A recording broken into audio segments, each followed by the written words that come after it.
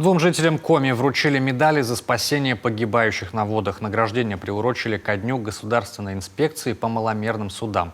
Праздник отмечают сегодня.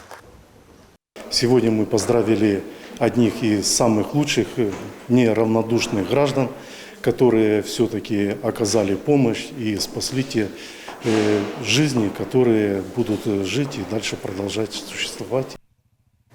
Летом прошлого года на реке Вычегда в Каркеровском районе мужчина и 3 мальчика шли по косе.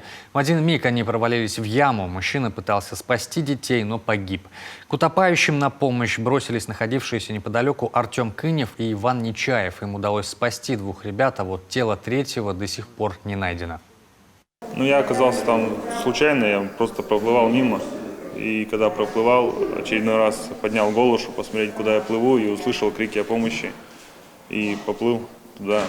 Да, Артем был ближе всех. Он потом, как выяснилось, он переплывал речку. И вот у него как раз на обратном пути, когда он переплывал, он спас ребенка, да.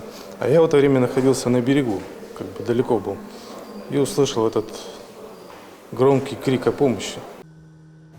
Большинство таких трагедий происходит именно там, где купание официально не организовано, и дети находятся у воды без должного контроля.